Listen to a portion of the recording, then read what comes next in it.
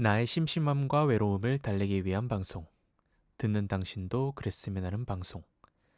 목소리로 상상하기입니다. 여러분 안녕하세요. 인다코입니다. 빨리 돌아왔죠?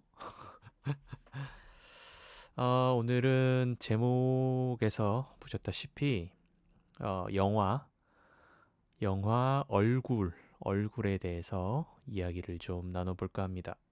보신 분들 계신가요? 저는 저번 주 토요일 9월 13일 토요일 날 이제 영화를 봤고요. 개봉한 지 이틀인가 3일차 때 보고 왔습니다. 제가 어렸을 때는 영화를 좀 그래도 뭐 그때는 또 OTT가 없었던 시절이기도 하고 영화를 그래도 꽤라고 봐야 되나? 아무튼 뭐 적게 보는 편은 아니었는데 어, 적게 보는 편은 아니었는데 어, 요즘은 그렇게 많이 보고 있지는 못하는 것 같아요. 근데 최근에 좀 영화들을 그래도 좀 극장 가서 보게 되는 것 같습니다. 요즘도 많진 않지만 예전에 비해서는 좀 많이 보는 것 같은 기분이 드네요. 예. 그래서 영화 얼굴을 봤고 얼굴 전에 저번 에피소드 때도 말씀드렸지만 귀멸의 칼날도 봤었고 그랬습니다.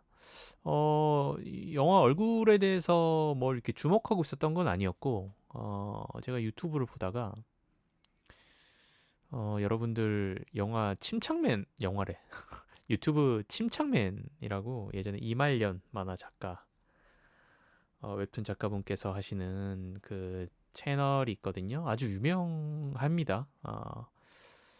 구독자 수도 한 200만 넘지 않나요?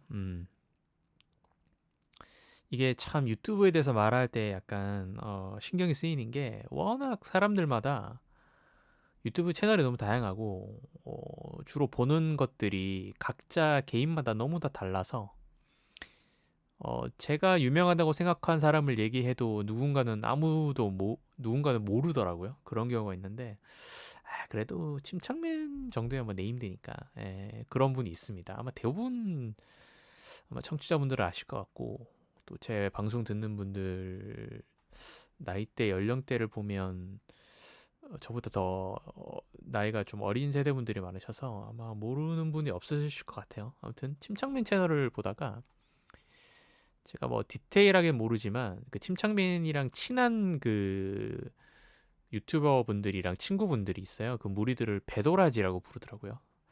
그 모임 이름인 것 같은데 거기 멤버 중에 한 분이 이제 박정민 배우입니다. 이 영화의 주인공이죠. 주인공이라고 볼 수 있죠. 볼 수 있는 게 아니라 주인공입니다. 그래서 박정민 배우가 이제 나와서 영화에 대한 홍보를 하더라고요. 그게 어쩌다 보니까 제 유튜브 알고리즘에 떠서 그 알고리즘 영향을 받아서 영화를 개봉을 하는구나 했는데 또 때마침 그 부산행 영화도 만드신 그 감독님 연상호 감독님 또 작품이더라고요. 연상호 감독님은 예전에 돼지의 왕이었나? 아무튼 예전에 애니메이션 보고 꽤 오래됐죠. 아주 오래됐는데 그리고 부산행 보고 연상호 감독 그 이후로 이제 넷플릭스에서 했던 뭐 지옥인가요? 그 시리즈는 거의 안 봤거든요. 그래서 연상호 감독은 예전 초창기 작품 조금 보고 그 이후로는 이제 뭐 이렇게 챙겨보거나 이러진 않았는데 뭐 워낙 유명하신 분이고 잘 아는 분이고 뭔가 이렇게 사회적으로 어떤 날카로운 시선을 가지고 영화를 또 얘기하시는 분이라 원래는 애니메이션 감독이셨죠. 애니메이션 감독이시고 그리고 부산행으로 너무 이제 소위 말해 대박을 치시고 이제 유명 감독의 반열에 오르셨는데 연상호 감독님 작품이라니까 그것도 되게 좀 기대가 되는 포인트도 있었고 그래서 선택을 하게 됐고요.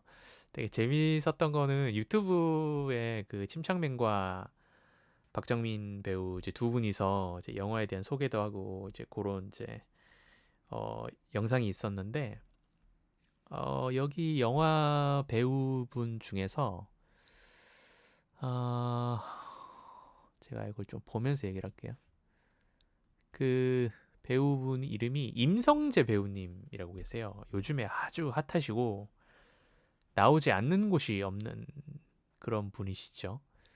임성재 배우님이 제가 봤던 작품은 이상한 변호사 우영우, 거기서 이제 그 식당 가게, 예, 그 주인으로 나왔던 거 기억나고, 그 다음에 디즈니 플러스의 최악의 악 거기서 정배 역할로 나와서 연기를 아주 잘하셨던 기억도 나고, 요즘 아주 핫한 분이시죠. TVN 최근에 하고 있는 드라마인가요? 서초동, 거기도 나왔다고 그 유튜브 방송에서 박정민 배우가 얘기를 하시더라고요. 아무튼 그 시사회라고 얘기를 해야 되나? 뭐라고 얘기를 해야 될까요? 시사회 때? 시사회 때? 무대 인사 때? 아무튼 그때 이제 임성재 배우가 관객분들한테 그렇게 얘기를 했다는 거예요. 그 연상화 감독님을 떠나갔던 연상화 감독님의 최근장에 실망하고 떠나갔던 팬들이 다시 돌아올 작품이다, 이렇게 얘기를 했다고 하더라고요. 우스갯소리로 이제 그런 얘기를 했다고 하는데, 또 그런 얘기를 들으니까 또 기대가 되기도 하고, 그렇습니다. 이 영화는 일단은 시놉시스가 이렇게 써져 있습니다. 살아있는 기적이라 불리는 시각장애인 전각장인 이명규의 아들 임동환이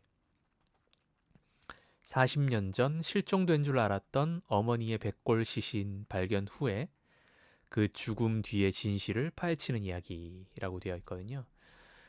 극 중에서 시각장애인이자 전각장인, 이게 이제 전각, 이 도장을 얘기하는 것 같아요. 저도 전각이라는 표현은 정확히 이번에 처음 들은 것 같은데, 전각이라고 검색을 해보니까 재료에 글자나 문양을 새겨 인장, 도장을 만드는 동양의 예술, 이렇게 표현을 이렇게 써져 있네요. 인터넷에 보니까 전각장인이 쉽게 말해서 우리 도장 파시는 분들 있죠. 그 장인분들을 전각장인이라고 또 부르나 봐요.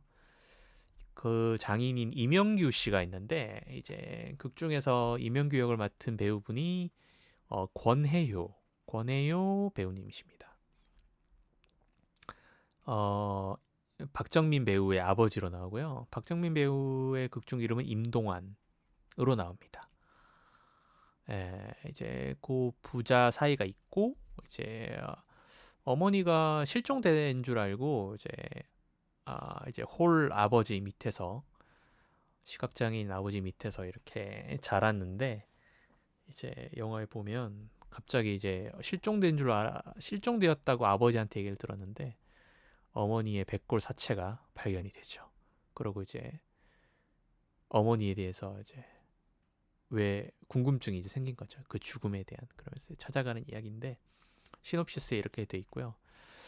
제목에도 표시가 되어 있지만 스포일러가 있습니다, 여러분. 스포 조심하시고, 영화를 안 보신 분들은 보고 나서 들으시고, 앞으로 안 보신다기보다는 뭐 듣고 영화를 봐도 상관없어. 요즘은 그런 분들도 많더라고요.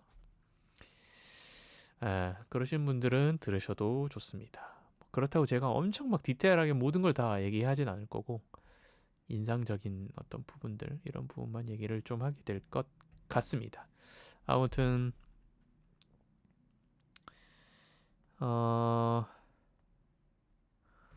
영화 자체는 이것 자체도 제 감상이긴 한데 스포가 될 수 있을 것 같아요. 저는 영화를 우선은 이 영화가 되게 저예산 영화래요. 제가 얼핏 봤는데 영화 찍는데 2억 정도밖에 안 들었다고 하더라고요. 기사가 아니라 아까 내용을 봤는데 봅시다. 제작비가 약 2억 원대 저예산 영화랍니다. 2억은 독립영화계에서도 초저예산에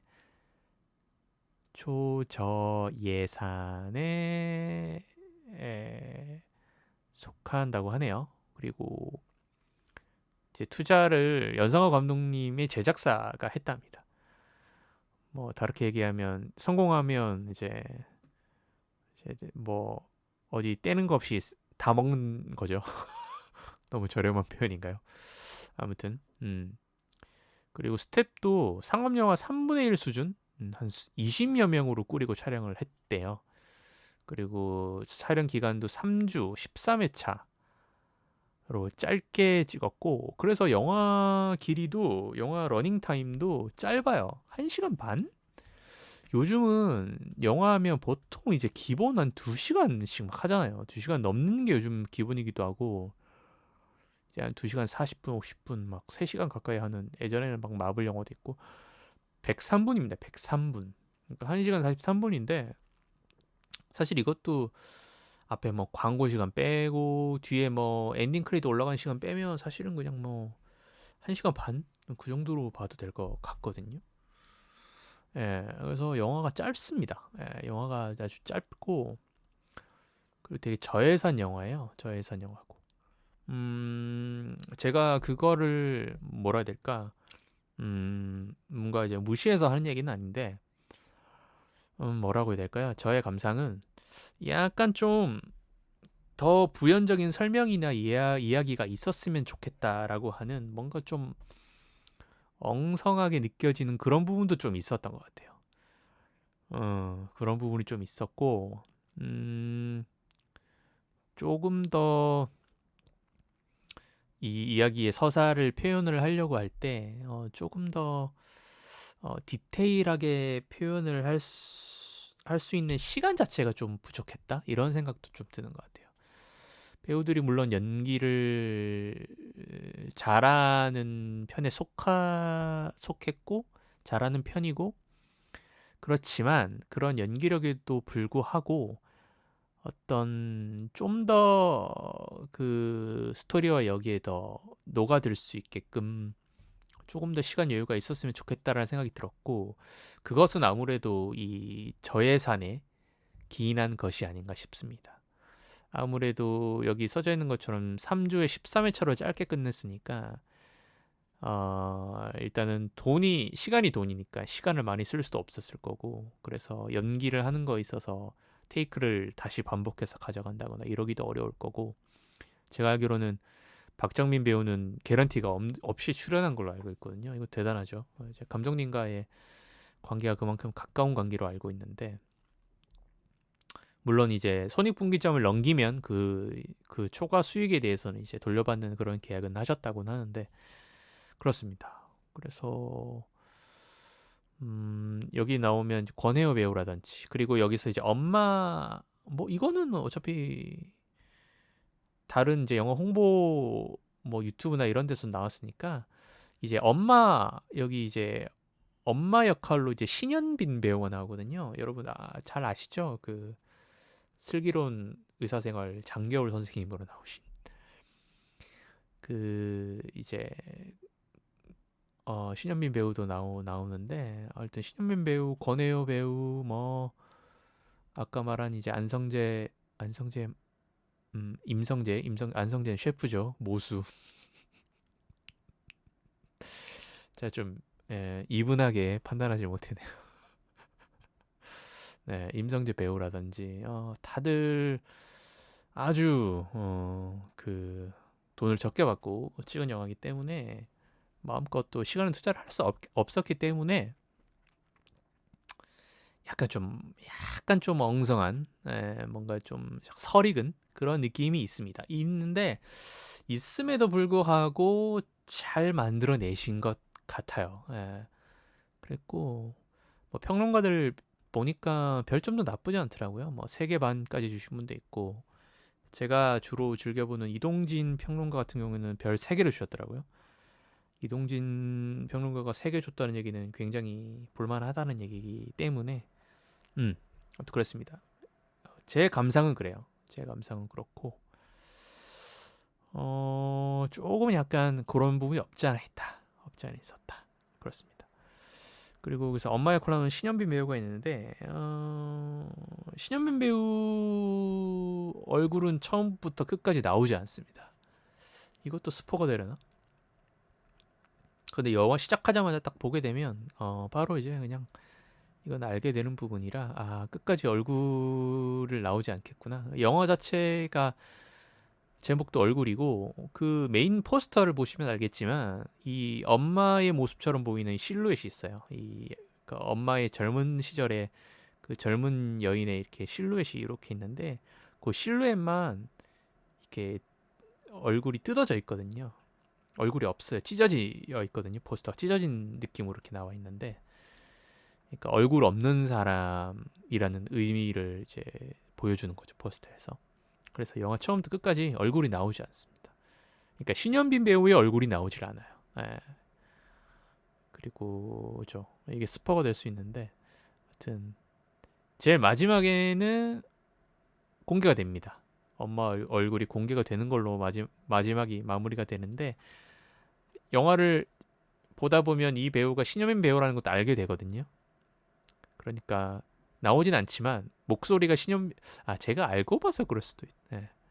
미리 이제 영화 홍보에 신현빈 배우가 나온 걸 봤기 때문에 알고 봐서 그럴 수도 있는데, 근데 뭐 우리가 보기 전에 어떤 배우가 나오는지는 이미 뭐 공개가 됐기 때문에 신현빈 배우가 뭐 이름을 숨겨놓고 이제 히든으로 나온 그런 배우도 아니기 때문에. 아무튼 근데 그 신현빈 배우 목소리가 되게 중저음이고 그렇기 때문에 목소리 들으면 아실 거예요. 이름을 모르고 가셔도. 처음부터 끝까지 신현빈 배우 얼굴이 나오지 않고 마지막에 공개되는 그 얼굴도 신현빈 배우의 얼굴로 나오질 않아요. 신현빈 배우가 맡은 그 엄마 역할이 굉장히 그 얼굴이 못생긴 추녀로 나오거든요.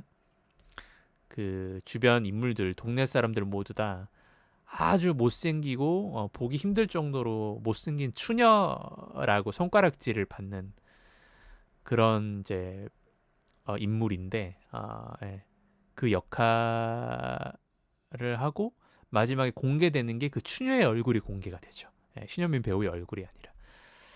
아무튼 그렇고 이게 또 약간 재밌는 포인트가 우리가 신현민 배우라는 걸 알고 영화를 아마 보통은 많이들 보실 텐데 신현민 배우가 얼마나 예쁜 사람인지를 알잖아요. 얼마나 예쁜 외모를 가졌는지를. 그래서 거기에 오는 어떤 대비감도 있어요. 왜냐면 극 중에서는 계속 너희 엄마는 이제 아들인 박정민이 엄마에 대해서 알기 위해서 여러 사람을 만나가면서 막 추적을 해갈 때 엄마의 그 스토리를 알아갈 때 만난 엄마와 그 시절을 보냈던 수많은 사람들이 하는 얘기가 정말 너희 엄마는 추녀고 못생겼고 다들 막 얼굴 보기도 막 힘들어할 정도로 막 그런 사람이었다. 뭐 얼굴 때문에 그렇게 불린 건 아니지만 별명도 똥걸레라고 불릴 정도로 물론 다른 일화가 있지만 그 정도로 굉장히 멸시받고 멸칭이죠. 그런 존재로 나오는데 이 배역을 맡은 신현민 배우는 굉장히 아름다운 얼굴이잖아요. 이 두 개가 대비되는 효과도 감독이 분명히 노렸을 것 같다라는 생각이 들고 그래서 영화를 보면서도 얼굴이 공개되나? 한 번쯤 보이게 되나? 뭐 이런 포인트들이 있을 때 신현빈 배우의 얼굴이 떠올리잖아요. 그 연기를 한 사람이 신현빈 배우니까. 그래서 뭔가 계속 보면서 약간 내 머릿속에 그려지는 건 신현빈 배우 얼굴이니까 추녀가 아닐 것 같은데라는 그런 인식이 자꾸 이제 반복이 되는데 머릿속으로는 극 중에 있는 다른 인물들은 계속 추녀다 얘기하고 대비되는 부분이 좀 있습니다. 그런 부분도 좀 재밌는 포인트인 것 같고 그리고 박정민 배우가 이 영화의 또 재밌는 포인트는 박정민 배우가 1인 2역을 했어요. 그래서 극중 초반부에 나오는 이제 박정민의 아버지 역할로 이제 권혜요 이제 배우가 나오는데 이제 정각 장인 이제 시간이 흘러서 보니까 박정민 배우가 나이 한 40대의 아들로 나오고, 그러니까 이제 아버지는 훨씬 나이가 많죠. 이제 할아버지가 되었는데, 어, 이 할아버지의 젊었던 시절로 이제 회상하는 장면들이 나오는데, 그 역할을 아들인 박정민 배우가 하거든요. 그러니까 박정민 배우는 아들의 역할로 현재 시점에서의 아들 역할로도 연기를 하고, 과거 시점에 권혜요, 아버지인 권혜요로 분해서 이제 그 젊은 시절에 권혜요로 나와요. 예, 아버지로 나오죠. 그래서 이제 1인 2역을 하게 된 거죠. 그래서 현재 시점에서는 시각장애가 없는 아들로 나오고, 과거 시점에서는 시각장애인 역할을 하게 됩니다. 그래서 영화가 초반에 홍보를 하고 되게 주목받는 포인트 중에 이제 가장 큰 부분이 그거였죠. 이제 박정민 배우가 1인 2역을 소화를 했다. 그 부분도 재밌는 부분이고, 박정민 배우 연기 좋았습니다. 좋았는데, 뭐라 해야 될까요? 이게 약간 좀 간극이 있는데, 이런 시대극 자체가 정해놓는 어떤 틀 같은 것들이 있거든요. 저도 이제 성우 공부를 했지만, 어떤 과거 시점의 어떤 역사적 배경의 틀이 딱 잡히게 되면, 그 시대에 쓸만한 말투 같은 것들이 딱 정해지는 부분들이 좀 있거든요. 그런 부분들이 좀 있는데, 연주 되게 개인적인 의견입니다만, 당연히 제 팟캐니까 제 개인적인 의견이겠죠. 말을 되게 조심스럽게 하느라 이런 얘기를 하는데, 박정민 배우는 연기 되게 잘합니다. 극 중에서도 되게 잘했는데, 뭐라 해야 될까, 그런 과거 시점으로 돌아갔을 때의 어떤 연기를 했을 때 말투라든지 말씨라든지 이런 것들이 제 개인적으로는 되게 어떤 전형성에 약간 좀 갇혀진 느낌이 있었어서, 약간 그 부분이 좀 아쉬웠다.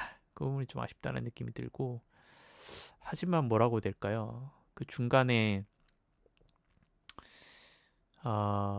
요건 이제 스포인데, 그 극 중에서 이제 결국 엄마가 어떻게 죽었느냐? 40년 전에 실종된 게 아니라 이 아버지가 자기 부인을 살해를 하거든요. 예. 그러니까 그 과거 시점에서는 박정민 배우가 신현빈, 자기 와이프 신현빈을 이제 죽이고 이제 사체를 유기를 합니다. 예. 그 장면이 나오는데, 그런 어떤 감정신이라든지, 그게 어떤 계획이라기보다는 어떤 본인의 안에 있던 분노, 안에 있던 뭐라 해야 될까요? 본인의 어떤 피해 의식, 자격지심, 막 그런 본인 안에서 본인이 해결하지 못하고 열등감에 사로잡혀 있던 그런 열등감의 감정들이 어떤 계기로 이제 폭발이 돼서 그 분노를 참지 못하고 우발적으로 이제 와이프를 죽이게 되거든요.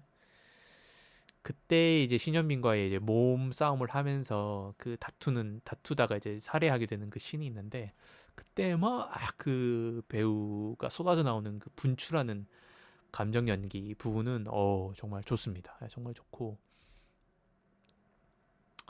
그렇습니다.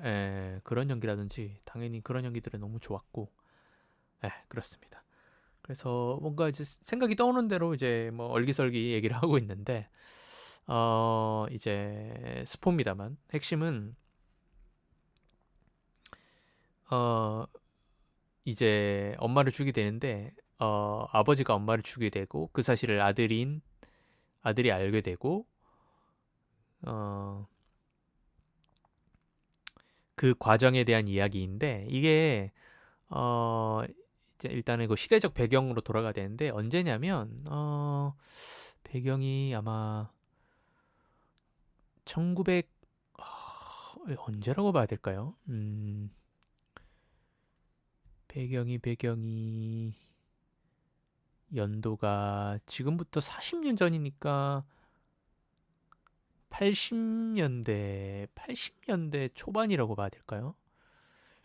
이게 어디냐면 그 서울의 청계천 쪽에 그 방직 공장이라고 해야 하나요? 청계천 그 피복 공장. 거기 막 옷감들 받아서 막 만들고 막 하는, 음 그 예전에 그 여공들 거기서 일하고 시다라고 하죠. 시다들이 이제 거기서 일하고 이제 재단사 분들이 거기서 또 일하고 이제 그 시대적 배경을 이제 그 장면 그 배경으로 이제 영화가 진행이 되는데 거기서 이제 시다 역할 시다가 맞나? 시다 밑에 더 시다보다 더 밑에였나 배우가? 음,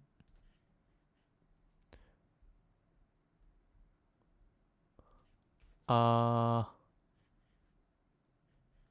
이거 배우 신현빈 배우에 대한 설명이 없구나.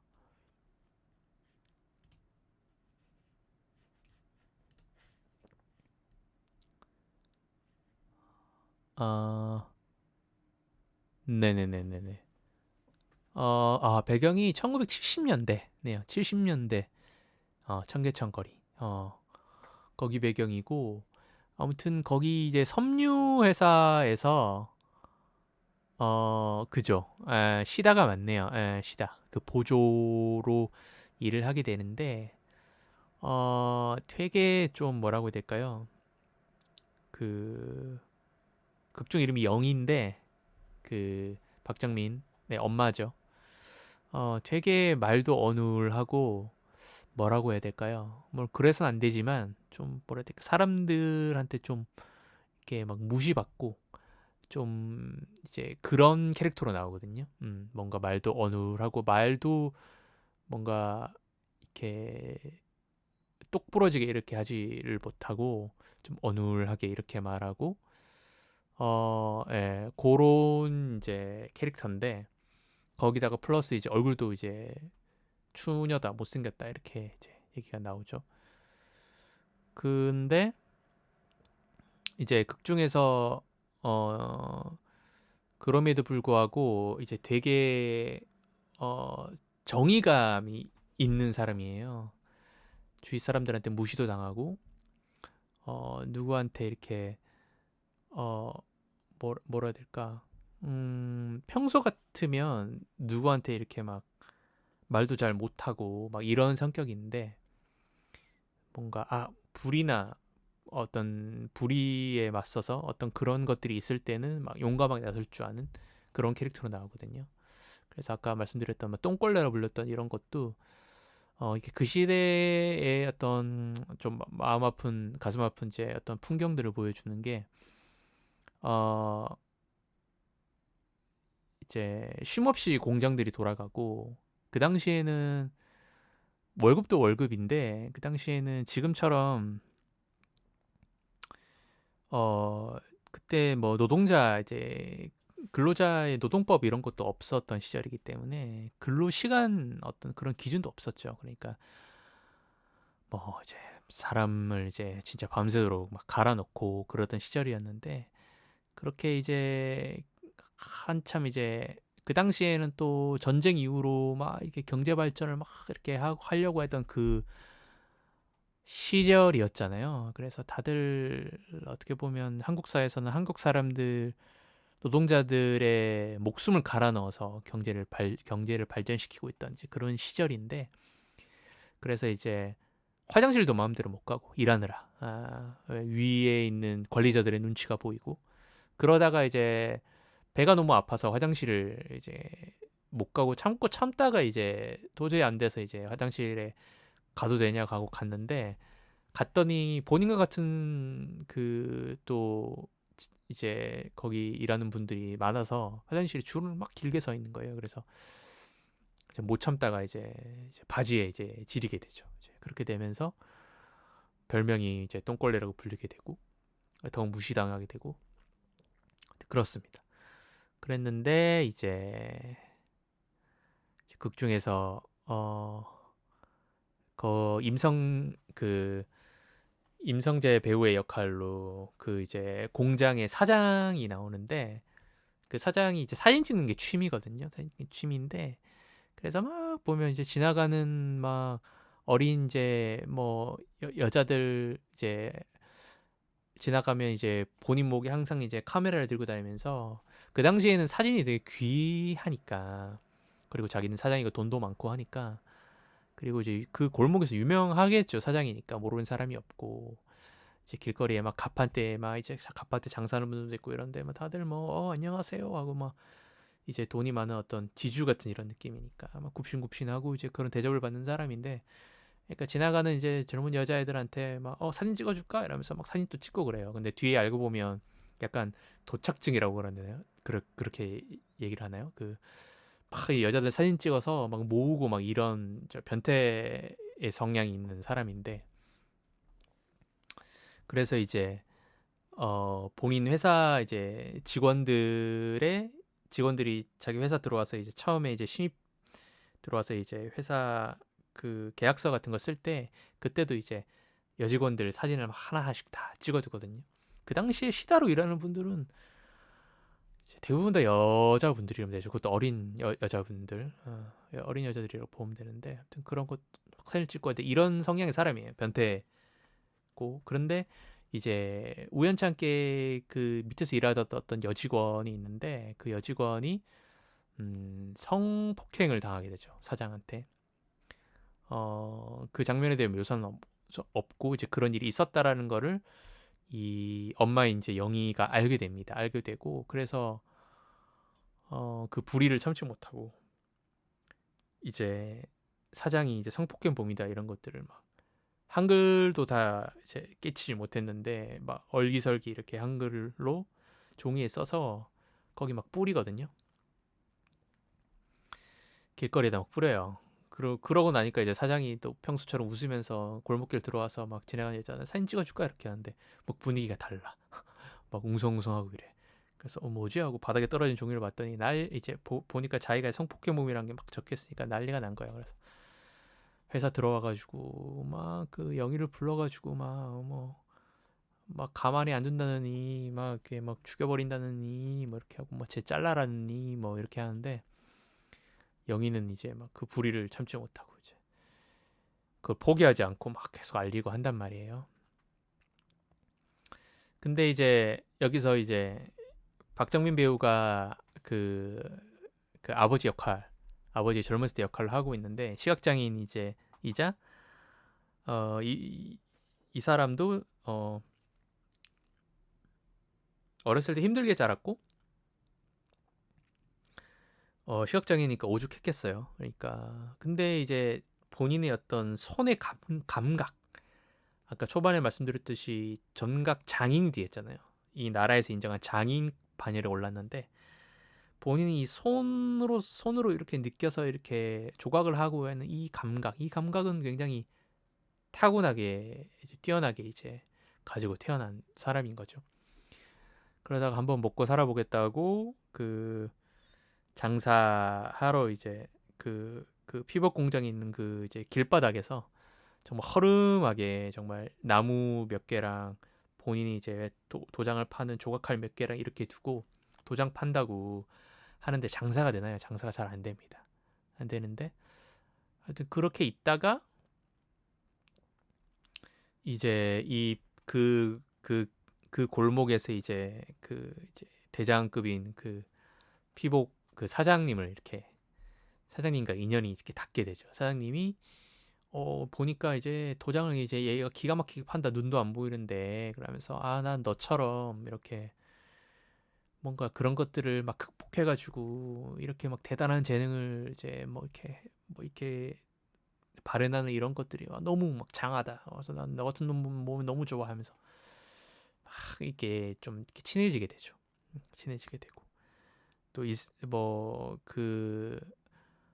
박정민은 이제 그런 걸 막 인정받으니까 또 너무 막 좋고, 이 사람이 대단한 사람이란 걸 아니까 부자고 능력 있고 이런 사람이 인정해 주니까 그게 너무 좋고 막 그렇단 말이에요. 근데 이제 그렇게 아무도 이제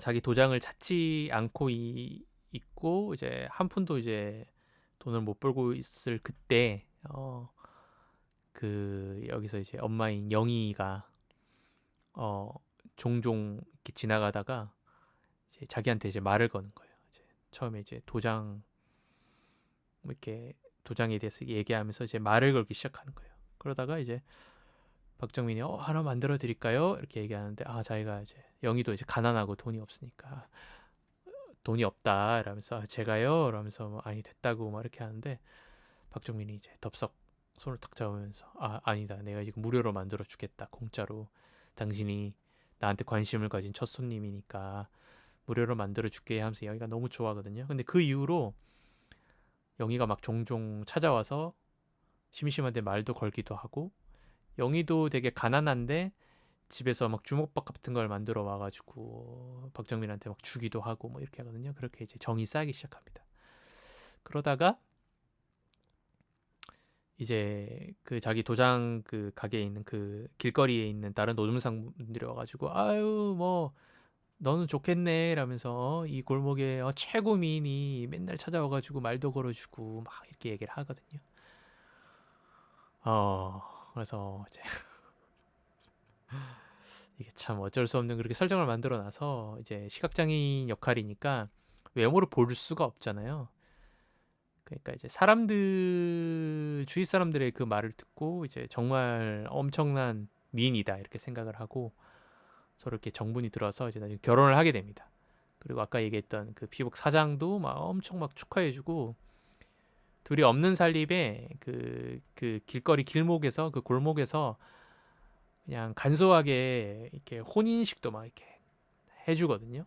해줘가지고 박정민은 이제 막 내가 진짜 뭐 그 되게 아름다운 사람과 결혼했다 하면서 좋아하면서 만세 하면서 막 그런 장면 나와요. 그러면서 이제 결혼을 하고 어디 이제 저기 이제 어디 허름한 어디 이제 그 도심과 떨어진 이제 거기 허름한 초가집 같은 데서 이제 나중에 커서 이제 자기 아들이 될 이제 아이 박정민을 낳고 그렇게 살고 있죠. 네. 그렇게 살고 있다가 이제 나중에 그 이런 성폭행 일이 있었던 거에 대해서 남편 몰래 이제 영희가 이제 집에서 막 종이에다가 그런 이제 사람들한테 폭로하는 그런 글들을 써서 막 뿌리고 하는 것들을 이제 몰래 쓰게 되는데 그걸 이제 사장이 알게 돼서 사장이 이제 막 아까 막 대노했다 그랬잖아요. 그러니까 이제 박정민을 나중에 따로 부릅니다. 불러가지고 막 술 한잔 먹이면서 막 옆에 이제 다방이었나? 다방 같은 데서 이제 다방에서 일하는 이제 다방 그 레지 분들이라고 부르죠. 이제 그 종업원 분들 막 그런 분들도 옆에 막 있고 이렇게 하면서 같이 뭐 술 한잔 먹어 하면서 막 이렇게 했다가 이제 나중에 이제 그런 얘기를 하게 되거든요. 뭐 이제 와이프에 대한 얘기를 하게 되죠. 그러면서 이제 박정민이 이제 내 와이프가 무슨 짓을 하고 다니는지 막 이런 거에 대해서 알게 되는 거예요. 알게 되고 그리고 이제 제 주변에 자기 친구가 있는데 이제 자기 친구가 이제 자기 그 집에 놀러를 왔는데 놀러 와서 뭐 놀러 오니까 이제 그 와이프인 이제 영희 씨가 막 뭐 별거 없지만 음식도 차려내고 뭐 이렇게 할 거 아니에요 하는데 이제 박정민한테 결혼하니까 좋냐 그러니까 아우 좋지 이러면서 예쁜 우리 마누라 뭐 이렇게 얘기하는데 박정민한테 얘기하거든요.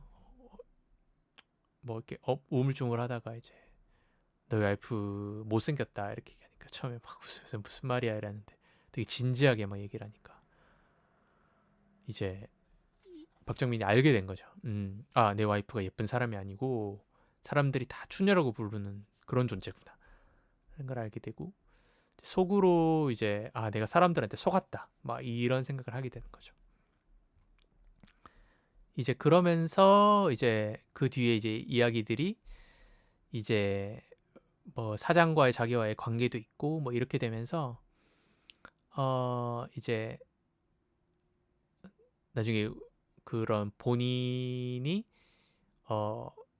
속아서 결혼했다라는 그런 어떤 마음속에 그런 생각 같은 것도 있었고 그런 것들이 막 얽히고 설켜가지고 이제 우발적으로 와이프를 이제 살해를 하게 되거든요. 예. 이제 그렇게 살해를 하게 되고 이제 현재에서의 얘기는 이제 그 죽여서 유기를 했는데 40년 만에 이제 어디 이제 아파트를 짓나 아무튼 뭐 공사를 하다가 유골이 발견돼서 그 유골 안에 이제 주민등록증 같은 게 뭐 있었나 봐요. 그래가지고 찾아서 이제 연락이 온 건데, 그래서 현 시점에서 아들 박정민이 이제 엄마의 이야기를, 그런 얘기들을 쭉 이제 사람들을 찾아다니면서 알게 되는데, 그 아버지가 유명한 그 정각 장인이 되면서 방송사의 PD가 와서 인터뷰를 하게 되거든요. 그러는 와중에 이제 엄마 백골이 발견됐다는 거를 알게 되고 장례식을 치르게 됩니다. 근데 방송을 찍는 와중에 장례식이 이제 생기니까 이제 PD가 장례식에 찾아오게 되는데, 그러다가 이제 그 죽은 영희, 그러니까 엄마의 가족들이죠. 그 이모들, 한참을 존재하는지도 몰랐던 그 이모들과 이모의 아들 며느리가 찾아옵니다. 장례식장에. 어떻게 알았는지 연락이 갔겠죠. 찾아와가지고 박정민도 그날 처음 만난 거고, 40년 만에 이런 사람들이, 엄마의 가족들이라는 분들 처음 만나고, 그러면서 막 이제 얘기를 하게 되는데, 뭐 찾아온 이유가 정말 동생이 그리워서 찾아왔다기보다는 알고 봤더니 동생이 어렸을 적에 자기 엄마죠. 그러니까 박정민의 엄마의 엄마, 박정민의 이제 외할머니겠죠. 할머니가 아니라 할아버지가 바람을 폈다 그랬나? 이게 약간 스토리가 좀 약간 지금 기억이 가물가물한데, 아무튼 그 바람이 났던 거를 이제 이 영희 씨가 보게 되고, 어린 영희 씨가 보게 되고,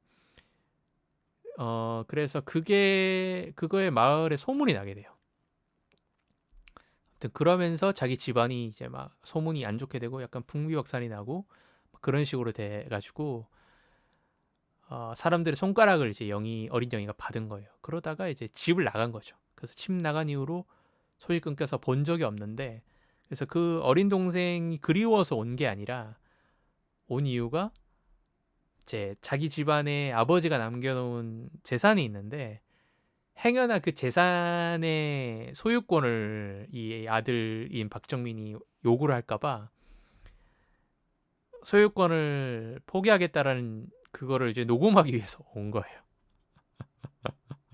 근데 이제 그 과정에서 박정민은 이제 엄마를 본 적이 없으니까 이제 물어본 거죠.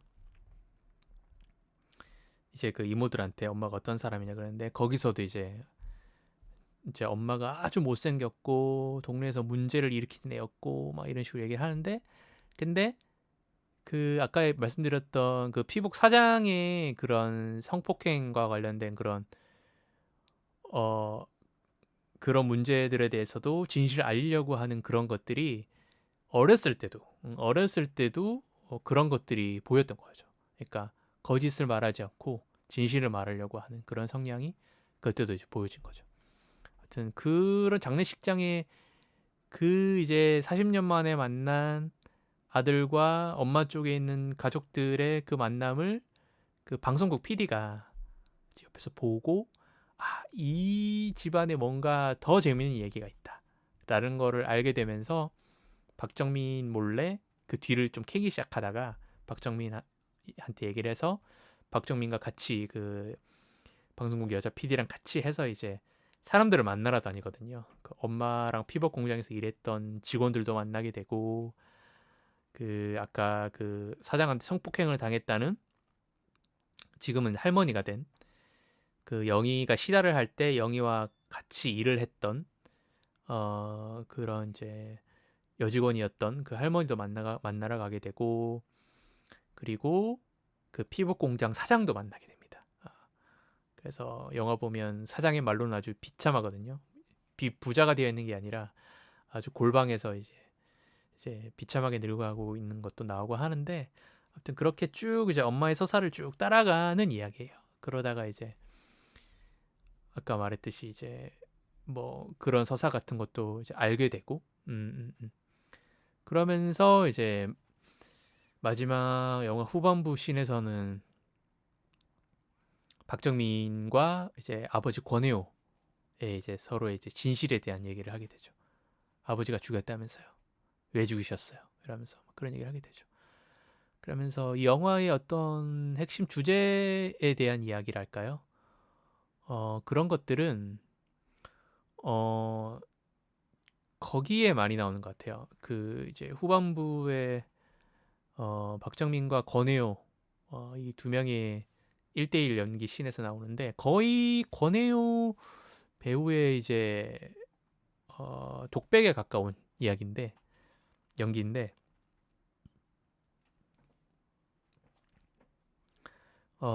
거의 이제 박정민 배우는 약간 추임새 정도 해주고 하는데 실제로 유튜브에서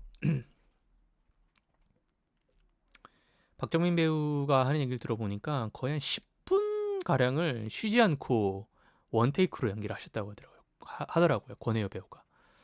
그래서 자기는 그게 너무 대단했고 너무 대단한 순간이었고 자기는 그거를 보고 싶어서라도 영화를 보러 가겠다 또 이렇게 홍보를 하시더라고요. 네, 거기서 이제 막 그런 얘기들이 나오거든요. 이제 자기가 시작장인으로서 어렸을 때 자라면서 사람들한테 받았던 수많은 멸시와 모멸감 그리고 이제 본인은 뭐라 해야 될까요? 이제 타고난 손재주와 이런 감각 때문에 도장을 아주 예쁘게 파게 되고 그 판 것도 그냥 예쁜 수준이 아니라 사람들이 다들 보고 너무 놀라고 좋아할 정도의 그런 실력을 가지고 있고 하다 보니까 뭐라 해야 될까요? 사람들한테 무시받고 싶지 않고 그러니까 무시받지 않으려면 자기가 이렇게 도장을 만드는 것처럼 잘해야 되고 아름다워야 되고 아름다운 미를 추구해야 되고 이제 그렇게 본인의 성장 과정의 영향을 그렇게 받으면서 그렇게 자라오게 된 거죠. 그게 어떤 절대적인 본인의 어떤 가치관이 되어버린 그런 모습들을 보여주거든요. 그래서 아까 제가 말씀드렸다시피 그 와이프가 아름답다라고 주위 사람들이 얘기를 듣고 그렇게 본인도 알고 결혼했는데 나중에 알게 보니까 정말 추녀였고 그걸 알게 됨으로써 받은 충격과 본인의 어떤 추가더 이런 것과는 거리가 먼 거죠. 그리고 그런 것들이 본인의 어떤 열등감 어떤 거냐면 내가 아무리 이렇게 노력해도 사람들이 내가 눈이 안 보인다는 이유로 이렇게 나한테 거짓말하고 속이고 있구나. 그리고 그렇다고 와이프를 죽일 이유는 없는데 이제 박정민 배우는 그 권혜호는 그 당시에 이제 어떻게 생각을 했냐면 이 영희 자기 와이프도 한패라고 이제 생각을 오해를 했던 거예요. 너도 날 속였구나. 너도 너의 그런 것들을 숨기고 나랑 결혼을 했구나. 이런 어떤 피해 의식이랄까요? 어떤 그런 것들 그런 것들이 마음속에 막 있었고 그래서 막 얘기합니다. 박정민한테. 뭐 이제 이게 정확한 워딩인지 모르겠는데 어떤 뉘앙스냐면 예쁜 것들은 살아남아야 되고 못생긴 것들은 죽어도 돼. 사라져도 돼. 막 그렇게 막 자기를 뭐라 해야 될까 정당화하는 막 그런 말들을 하거든요. 근데 이제 박정민이 아버지는 살인자다 이러면서 뭐 넌 나를 안 버릴 거지 뭐 이러면서 막 이렇게 얘기하는데 그러면서 뭐 이제 아들이 막 살인자라고 막 이렇게 얘기하니까 막 그런 얘기를 하죠. 너 지금까지 내 밑에서 내가 이렇게 유명해져서 내가 번 돈으로 잘 살아왔잖아. 그걸 모른다면 뭐 너도 기생충일 뿐이지 막 아들한테도 막 그렇게 얘기를 하거든요. 그러니까 보다 보면 좀 안타깝죠. 안타깝고 사람이 야 이렇게까지 뒤틀려져 버렸구나. 그런 거에 대한 안타까운 마음이 좀 들기도 하고 제 개인적으로 어떤 느낌이 영화를 보게 되면 실제로 유튜브 그 홍보를 하러 나왔을 때 박정민 배우도 그런 얘기를 했는데 되게 생각을 많이 하게끔 만드는 영화라는 얘기를 하거든요. 그러니까 초반에 말씀드렸다시피 임성재 배우도 집 떠났던 팬들이 돌아올 영화다. 그게 이제 연상호 배우의 아주 예전 작품들 돼지의 왕이라든지 사입이라든지 그런 작품들이 되게 사회 비판적이고 뭐 생각할 거리들을 많이 만들어주는 그런 영화잖아요. 그때로 다시 돌아갔다 이런 의미인데 실제로 영화를 보고 나서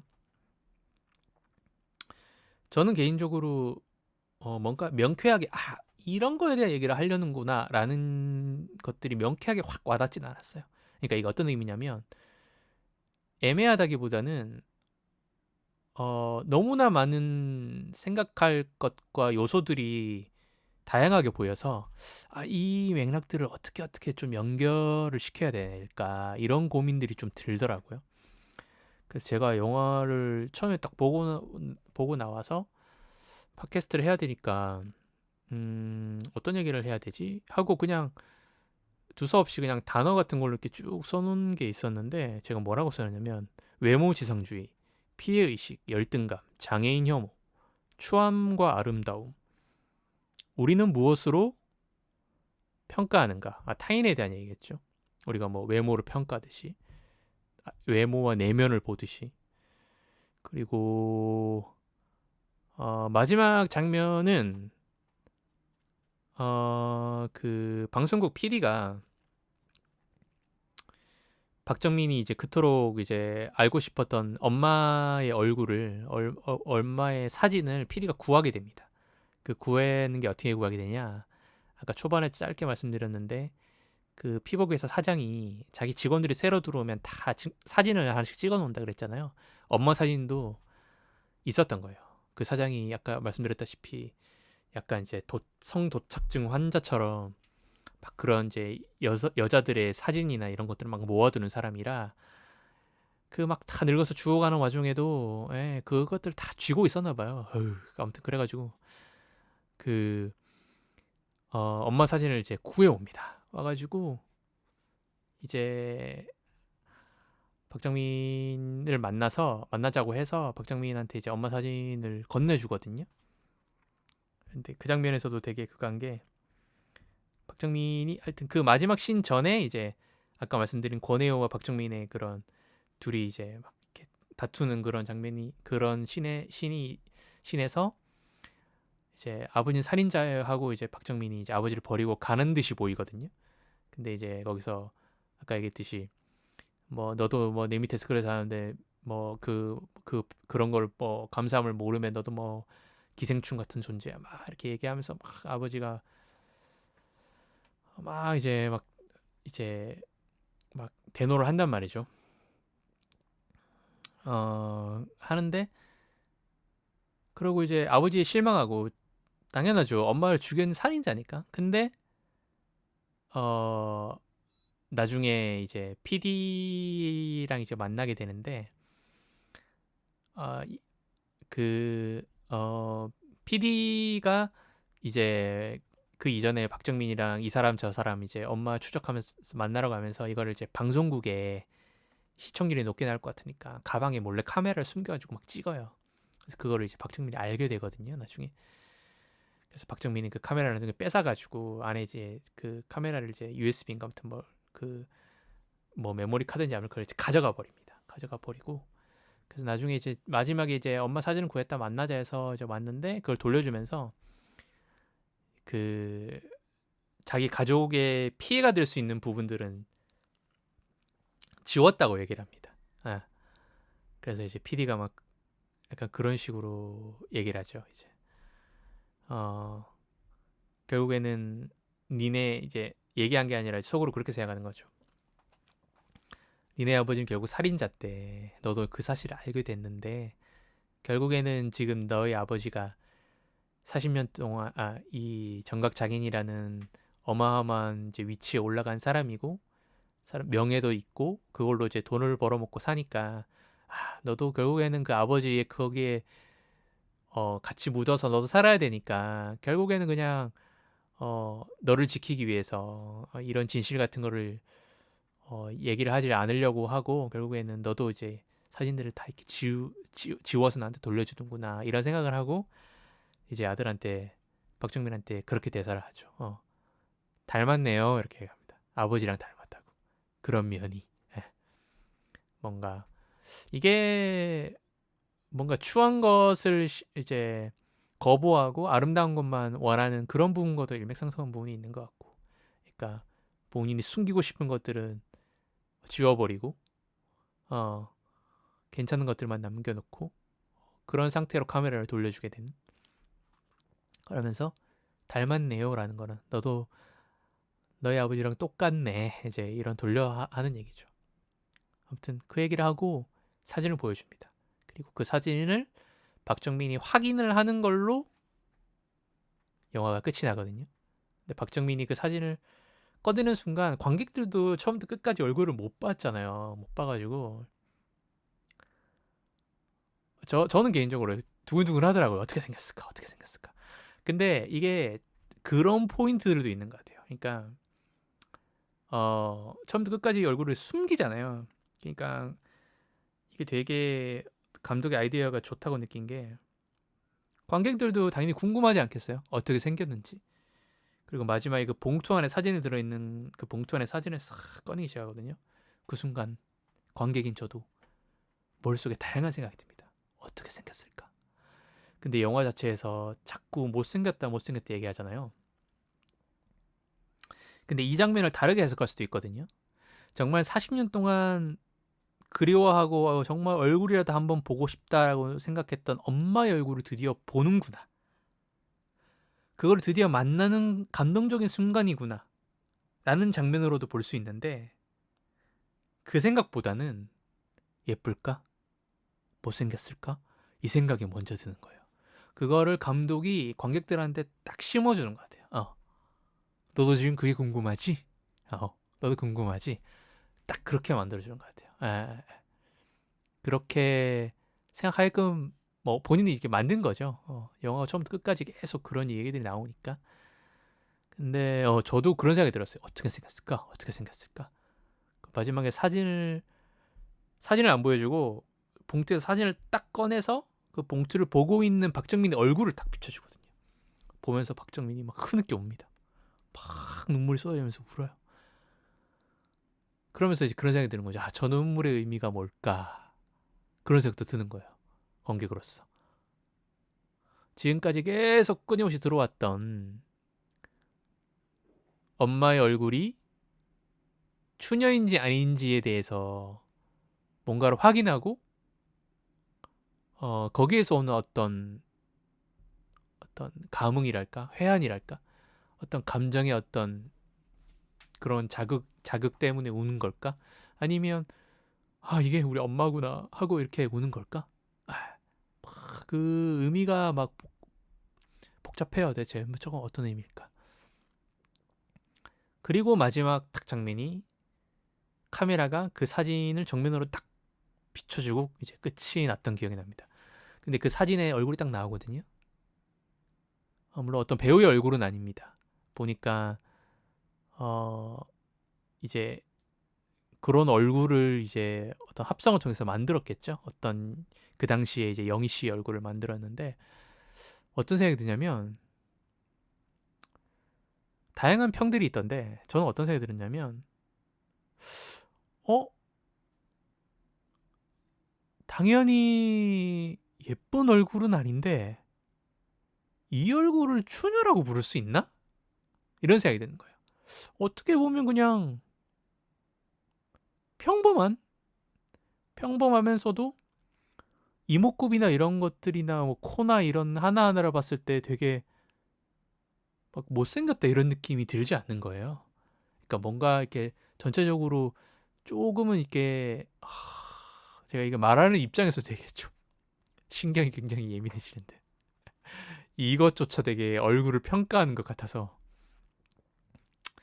제 마음이 좀 불편해지는 부분이 있는데, 그냥 딱 보자마자 물론 너무나 주관적인 분위기죠. 못생겼다 이런 생각이 안 들어요, 보면서. 근데 그런 생각을 들게끔 감독이 의도해서 얼굴을 만든 걸까라는 생각도 한편으로 드는 게, 이런 생각이 들면 생각이 복잡해지는 거예요. 그렇다면 사람들은 왜 그렇게 못생겼다고 얘기를 했을까? 왜 못생겼다고 얘기를 했을까? 근데 우리가 누군가를 그렇게 비하하는 이유 중에 하나는 그 사람이 어떤 싫어하는 부분이 있을 수 있기 싫어하는 누군가 싫어하거나 그럴 때 그런 걸 하게 되잖아요. 근데 이 영화를 보게 되면 이 영희 씨란 사람은 정말 착하고 사람들을 배려하고 정의심 있는 정의감이 넘치고 그런 사람이거든요. 그러니까 소위 이분법적으로 얘기를 해서 어, 내면은 너무나도 소위 아름답다라고 얘기할 수 있는 그런 사람인데 얼굴도 막상 봤는데 정말 그렇게 막 못생기진 않았어요. 왜 그렇게 사람들이 못생기고 추녀라고 얘기했을까? 그래서 추녀라고 생각을 했어야만 했나 그 사람들이? 그렇게 비하하고 내리깔고 무시를 하는 말을 뱉었어야만 이 사람들이 마음이 편했었나? 이런 생각이 드는 거예요. 그러면 이 사람들이 불편한 것은 무엇인가? 솔직하지 못하고 용기 있지 못하고 정의롭지 못한 본인들의 모습, 본인들 안에 있는 그런 모습들이 너무나 부끄러워서 영희 씨라는 존재에 비춰봤을 때 그렇기 때문에 애써 피하고 피하는 걸 넘어서서 이 사람이 못나야만 본인이 괜찮았던 거 아닐까? 그런 생각까지 한편으로는 들더라고요. 그런 생각도 좀 들더라고요. 그래서 들고 아무튼 그렇습니다. 그렇고 또 극중에 그 시각장애인 권해요. 남편 역할로 시각장애인을 선택한 것도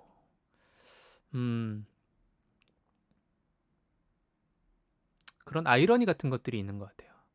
그러니까 눈으로 볼 수 없다라는 그런 상징적인 의미. 그리고 소위 우리가 얘기하는 외면을 볼 수 없음에도 불구하고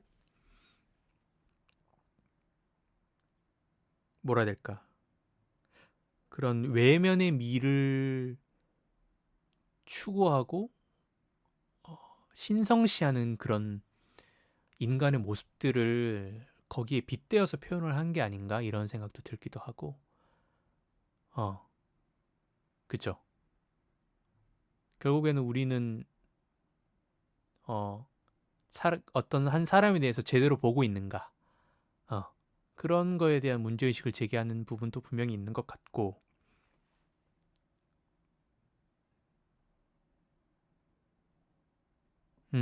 그렇습니다. 그래서 마지막에 그 엄마 얼굴을 보고 우는 그 장면도 다양한 생각이 좀 들게 하는 그런 장면이어서 그 장면도 되게 좋았던 것 같아요. 생각을 많이 하게 만들고 딱 영화를 보자마자 바로 무슨 의미구나 이렇게 딱 알기 쉽게 만든 영화는 절대 아닙니다. 그러니까 이게 어떤 의미일까? 그러니까 의미가 딱 한 가지 의미로 되는 게 아니라 해석이 되는 게 아니라 굉장히 다양한 의미로 해석도 할 수 있고 이런 생각 사유화하는 걸 좋아하는 이런 스타일의 영화를 좋아하는 분들은 되게 재밌게 볼 수 있는 그런 영화인 것 같아요. 그리고 제가 좋아하는 이동진 평론가님의 별점과 이제 한 줄 평이 떴는데 제가 이거를 보면서 하고 좀 더 깨닫게 된 게 있어요. 그래서 확실히 평론가 분들은 한 단계 더 깊게 들어가서 보는구나라는 걸 느꼈는데 이동진 평론가는 이렇게 표현을 했습니다. 한 움큼씩 챙긴 모두가 외면하려 했지만 결국 명확히 들여다봐야 하는 그 유산의 민낯 이렇게 얘기했거든요. 저는 이걸 어떻게 해석했냐면 저희 현대사의 어떤 비극으로 해석을 한 것 같아요. 그 당시 70년대, 7, 80년대 저희 청계천 그쪽 상가에 이제 그쪽에 가보면 이제 전태일 열사 기념관도 있죠. 전태일 열사가 그 피복 공장의 재단사로 일했고, 그리고 이제 뭐라고 될까요? 그 본인의 몸에 이제 불을 붙이면서 이제 뭐라고 얘기해야 될까요? 아무튼 노동법 관철을 위해서 본인의 한 몸을 이제 바치셨죠. 제가 1년인가 2년 전인가 한번 이제 갔었는데 서울에 오래 살면서도 한 번도 가보질 않았다가 근데 가보면 정말 눈물이 앞을 가립니다. 그 얘기들과 이런 걸 듣다 보면 정말 가슴이 아픈데 그 현대사를 고스란히 이 영화에 담은 것 같아요. 그래서 한 움큼씩 챙긴 모두가 한 움큼씩 챙겼다는 얘기는 이 영화에 인물들이 나오지만 이 인물들의 모습과 이런 것들이 우리 사회상에 입혀진 것 같아요. 그래서 모두들 그 당시에 경제 성장이라는 목표 하나로 사람다움과 인간다움을 굉장히 뭐라 해야 될까요? 배제해가면서 그런 것들을 무시해가면서 성장을 이루어갔고 그리고 거기에 대한 성과들을 다들 한 움큼씩 얻었잖아요. 그거는 그 시대의 분들뿐만 아니라 그런 성장 시대 때 우리 부모님들과 그리고 부모님들의 아래 세대인 저희 세대와 또 모두들 어떻게 보면 다들 그 당시에 그런 뭐라 해야 될까요? 노동자들의 그야말로 피와 땀의 희생으로서 이룬 그런 유산이랄까요? 하여튼 그런 것들을 우리가 모두 다 한 움큼씩 챙겼는데 그리고 그런 그분들의 희생과 그런 역사들을 모두가 외면하려고 했지만 결국은 우리가 그 유산의 민낯을 결국은 명확히 들여다봐야 한다. 그래서 여기서 얼굴 없는 엄마는 극 중에서는 얘기한 사람에 대한 얘기일 수도 있지만 우리가 그 고속 성장 뒤에 가려진 수많은 노동자들의 희생 그런 것들 수많은 사람들의 죽음이 있었다. 40년 동안 누구도 발견하지 못한 40년 만에 발견된 그 백골의 사체처럼 모두를 숨기려 하고 애써 보지 않으려 했던 그 역사가 있다. 그걸 봐야 된다. 그 알 수 없는 그 얼굴들, 그 얼굴들이 그렇게 현대사적으로 해석이 가능할 것 같고, 그래서 박정민이 마지막에 마주했던 그 얼굴은 우리가 직면하는 우리의 과거의 그 모습들이다. 그렇게 해석할 수 있구나. 그런 생각도 들었습니다. 그리고 제가 감히 확신하건대 이동진 평론가 얘기하는 이 얘기를 하려는 목적이 연성호 감독은 크셨던 거 아닌가 싶어요. 그리고 제가 생각했던 누구나 보면 또 생각을 할 만한 그런 외면과 내면, 외모에 대한 평가와 아름다움과 추함에 대한 어떤 그런 가치관에 대한 이야기와 열등감 같은 그런 포인트들도 당연히 얘기를 한 부분이 있었던 것 같고 복합적인 거죠. 근데 결국에는 이 큰 현대사에 대한 이야기를 하고 싶었던 거 아닌가. 그런 것들을 인물들에 빗대어서 했던 거 아닌가 싶습니다. 제가 줄거리 설명을 너무 두서없이 해가지고 여러분 뭔 말인지 모르시겠죠? 영화를 한번 보세요. 줄거리 좀 정리를 하고 해야 되는데 본 지 얼마 안 됐다고 얘기하면 쭉 할 수 있을 줄 알았는데 이제를 왔다 갔다 해가지고 뭔 내용이야? 뭐 이렇게 생각할 수도 있을 것 같습니다. 정확히 스토리를 제대로 알고 싶다 하시는 분들은 극장에 가십시오. 내려가기 전에. 지금 관객 수가 한 63만 명이네요. 9월 20일 기준. 이게 제작비가 2억 원 가량밖에 안 들어서 개봉한 지 한 3일 만에 3일 5일 그때만 그 정도 시간 만에 손익분기점은 다행히도 넘기셨다고 해요. 그래서 박정민 배우한테도 돌아갈 돈이 조금 있겠죠. 예. 아무튼 저예산 영화기도 하고 또 이런 유명한 영화 배우 분들이 의미가 있는 작품이다 라고 이제 대본을 읽고 이렇게 선뜻 나서서 큰 개런티를 받지 않고 영화를 찍었다는 것 자체도 배우분들도 너무 또 멋있는 것 같아요. 예. 그래서 영화 잘 만든 영화고 저는 이제 추천을 하고 싶습니다. 그리고 러닝 타임도 그렇게 길지 않아서 그렇게 보기에 큰 부담도 없고 기회 되시면 한번 보시기 바랍니다. 박정민 배우가 영화 홍보할 때 되게 웃겼던 게 이제 그 유튜브 방송을 보는 이제 그 구독자들한테 그렇게 얘기하더라고요. 여러분들 귀멸의 칼날 빨리 보세요. 다들 빨리 보시라고. 농담으로 이벤트를 귀멸의 칼날 티켓을 주는 이벤트를 할까? 그러니까 빨리 보셔야지 이제 그 다음 이제 개봉하는 얼굴 자기 영화를 이제 보시게 될 테니까 그런 식으로 농담하던 것도 되게 웃겼습니다. 아무튼 여러분 볼만합니다. 한번 보시고 다음 시간에는 뭘로 돌아올지 모르겠는데 귀멸의 칼날 아직 하고 있잖아요. 귀멸의 칼날 그리고 제 청취자분들 중에 귀멸의 칼날 좋아하는 분들 아주 많으실 것 같고 귀멸의 칼날 팬분들이 생각보다 엄청 많더라고요. 그래서 당연히 이제 제 구독자분들 중에서도 팬들이 엄청 많으실 것 같고 얘기를 한번 해보겠습니다. 귀멸의 칼날 뭐 별일 없으면 귀멸의 칼날에 대한 리뷰로 돌아오도록 하겠습니다. 네. 그러면 네, 오늘의 에피소드는 방송은 여기까지고요. 네. 여러분 이제 좀 더위가 좀 가셨죠? 이제 아침에 선선하다 못해 좀 서늘하고 좀 춥기도 하고 그래도 낮에는 아직까지는 반팔 입고 다닐 더위가 조금 남아 있긴 한데 그래도 이제 여름은 다 끝난 것 같습니다. 초가을, 늦여름, 끝나가는 여름. 모기 조심하시고 이렇게 날이 좀 덜 더울 때도 모기들이 극성을 하더라고요. 그리고 환절기니까 감기 조심하시고 알레르기 있으신 분들은 또 알레르기 또 잘 관리하시고 그러시길 바랍니다. 그러면 다음 에피소드 때 뵙도록 하겠습니다. 감사합니다.